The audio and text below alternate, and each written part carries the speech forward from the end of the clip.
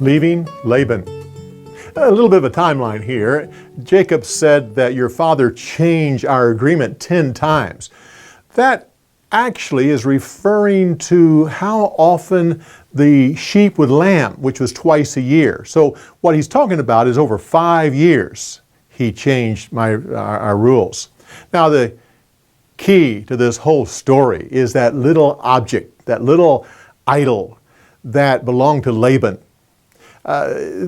He, in the translations, it refers to, he said, this is your God, or this is my God, but in actuality, it wasn't his God. It was the word is teraphim. This was not worshipped.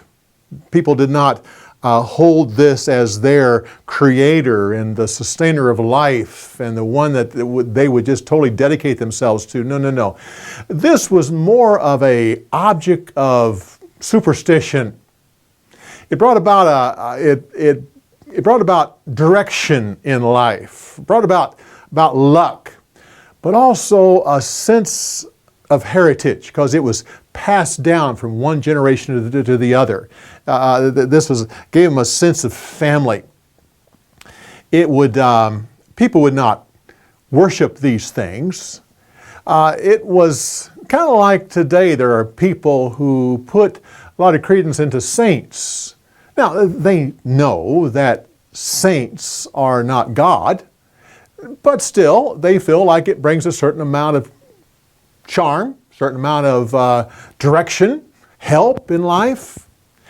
So it is with this.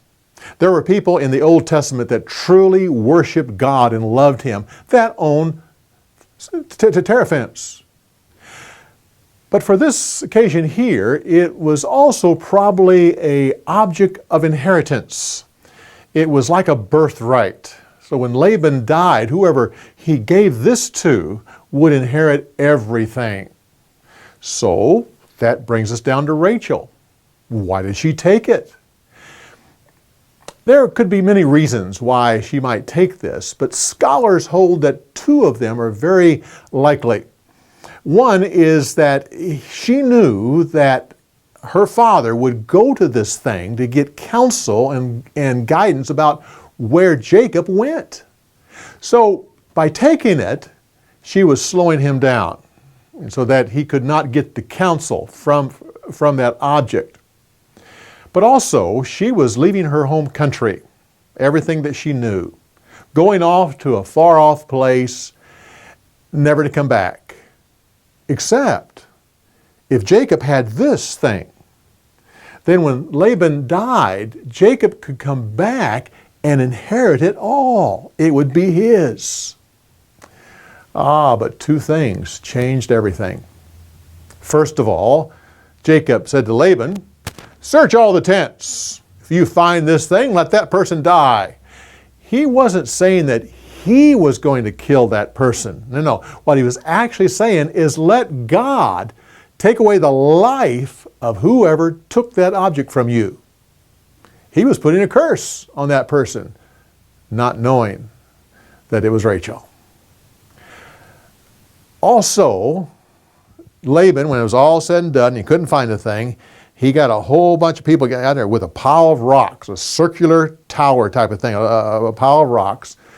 Jacob called it Gilead. It means hill of witness. And what he was saying is, with all of us right here, all my sons are here, all these servants are here, and your people are all here, we cannot pass over this. I can't come after you, and you can't come back. In other words, what he was saying is, I don't care what you have in your possession. If you own this thing, you can't come back and claim anything. And that settled it for Laban. He was satisfied then to go back home. He had taken care of what he came for. It's interesting that when Rachel died, you might say it fulfilled the curse that Jacob put on her. Whether God took her life, I don't think so. But she knew the curse. She heard it. It was very clear. It was very clear in the family records. And again, we come back to superstition. And she died.